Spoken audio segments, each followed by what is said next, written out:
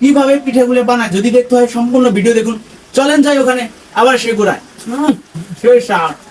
গ্রামগঞ্জের সেই ঐতিহ্যবাহী ঢেকিতে চাইল কুটে পিঠা বানানোর মজাটাই আলাদা। আর সেটা যদি হয় পুরুষ মানুষ তাহলে তো কোনো কথাই নেই। যে বাড়িতে এলে ঐতিহ্যবাহী কিছু দেখানোর চেষ্টা করি। এই যেমন আমার শ্বশুর বাড়িতে গেলাম, তারপরে যে ছোট ভাইরা আর আমি, কি শাশুড়ি অনেক কষ্ট করতেছে, সেক্ষেত্রে আমরা দুইজন মিলে এই চাল করতেছি ঢেকিতে। এই দৃশ্যটা ধারণ করার জন্য অনেক চেষ্টা করছি, পর্যন্ত শাশুড়ি আর শালিকে এখান থেকে উঠিয়ে দিয়েছি। আমি আর আমার ছোট ভাইরা দুইজনে মিলে চাল করতেছি। এই যে আমি ভাড়া বানতেছি আর ভাইরা উঠিয়ে এগুলা চালতেছে। এটা যখন করা শেষ হবে তারপরে আমি আবার করব। দুইজনে মিলে করতেছি। আসলে তালের পিঠা খেতে যে কতটা কষ্ট তা না দেখলে বুঝবেন না। পুরো ভিডিওটা দেখলেই বুঝতে পারবেন যেখানে কি কি কাজগুলি করণীয়, কি কি করতে হচ্ছে।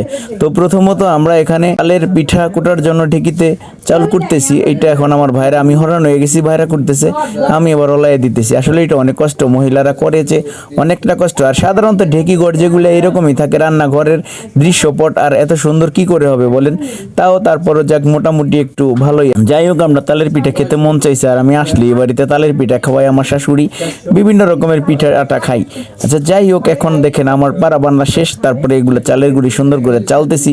ওদিক দিয়ে রেডি হচ্ছে আমার আম্মা, শাশুড়ি আম্মা তালের গুলাইতেছে ওদিক দিয়ে আটার সবকিছু। আবার ওদিক দিয়ে আমার শালা বউ, সেও কিন্তু কাজে পারদর্শী, সেও ভিতরে নারকেল কোরাইতেছে। আমি কোরাইতে গেছিলাম, পারতেছিলাম না এরকম। যাই হোক, নারকেলটা অবশেষে নারকেলটা আমি কেটে দিলাম। এইগুলা করার পরে আম্মা কইলো যে নারকেলটা কেটে দাও। যাই হোক, নারকেলটা কেটে দিলাম। একটা নারকেল শহরে কিনতে গেলে অনেক টাকা দাম, কিন্তু গ্রামে আমাদের নিজেদের গাছের নারকেল, তো সেক্ষেত্রে কেনা লাগে নাই। কিন্তু এগুলো এমনি গ্রাম অঞ্চলে বাজারে কিনতে গেলেও একটা মোটামুটি 150 টাকা দাম আছে। কিন্তু তারপর যাই হোক, কেনা লাগে নাই, নিজেদের গাছের নারকেল সবই নিজেরা করতেছি, যেহেতু সুস্বাদু মানের পিঠা খেতে হবে। যাই হোক, অবশেষে নারকেলটি ছোলা শেষে কার্যক্রম করতেছি। ওই যে হাতে দেখেন গুড়ি কাটতেছি। তো একটার পর একটা কার্যক্রম আমরা কিন্তু এভাবে চালিয়ে যাচ্ছি। ওই যে আমার শালাবউ পিছন দিয়ে গেল, সে আবার এই নারকেলটারে কোড়াবে। আমি প্রথমত চেষ্টা করব, হয়তো বা দেখি কি অবস্থা করতে পারি কিনা। যাই হোক, নারকেলটা অবশেষে সুন্দরভাবে কেটে ফেললাম। দেখেন কত বড় একটা খোল, এরকম কিন্তু খোল হয় না, এত বড় খোল। যাই হোক, নারকেলটি অবশেষে কাটা। পানিটুক খাবে, ছোট একটা বাচ্চা বলতেছে মামা আমাকে পানিটুকু দিও। সেক্ষেত্রে তাকে পানি দেওয়ার জন্য আমরা সুন্দরভাবে পানিটুকু সম্পূর্ণ কমপ্লিট করলাম। এদিক দিয়ে যে ঘরের ভিতরে অনেক মানুষজন দেখেন কথাবার্তা বলতেছে, ওরা পিঠা খাওয়ার জন্য ব্যাগুল হয়ে পড়েছে, ওরা শয়তানি করতেছে, বিভিন্ন রকমের খেলা খেলতেছে। যাই হোক, নারকেলটা কাটলাম আর জিভে মানলো না, একটুখানি নারকেল উঠাই আমি খাবো, দেখি কিরকম স্বাদ হয়। এই যে আমি উঠাইতেছি, আমার মনে খুবই সুস্বাদু। কি জিভে জল এসে গেছে? ওয়াও, বাহ কি ফাইন, সেই স্বাদ। এই তোরা একটু খাবি নাকি?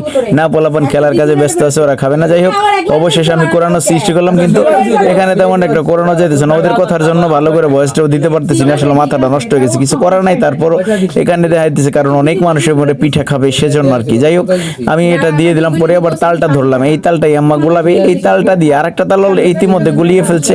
ওই যে শালা বউ বসে আছে, যে তালটা দেওয়ার পরে সে আবার একটু কার্যক্রম করবে। ওদিক দিয়ে আমি কোরাইতে পারলাম না, কোরা নিয়ে নিয়ে আবার শালা বউ ঘরের ভিতরে বসে, যে দেখেন দড়ির উপরে রেখে কি কৌশল। আমি ওইভাবে করতে গেছিলাম, হচ্ছিল না। সে নিজের সুন্দর কৌশলে কিন্তু সে কাটতেছে। আসলে খুবই কাজে পারদর্শী, আসলে খুবই মজার মানুষ, হাসি আনন্দের ভিতরেই থাকে। যাই হোক, অবশেষে এই যে আম্মা সবকিছু মিলে শিলে একসাথে গোলাইতেছে, তাল, তারপরে নারকেল, তারপরে ওই যে গুড়িগুলো, চাউলের গুড়ি, সেগুলি গুলানো শেষ। তারপরে যে কড়াইতে তেল দিয়ে যে একটা একটা করে কি সুন্দর করে ভাজতেছে দেখেন। ওফ, আমার তো এখনই খেতে ইচ্ছে করতেছে। কি আপনারা খাবেন নাকি? আপনাদের জিভে পানি আসতেছে নাকি?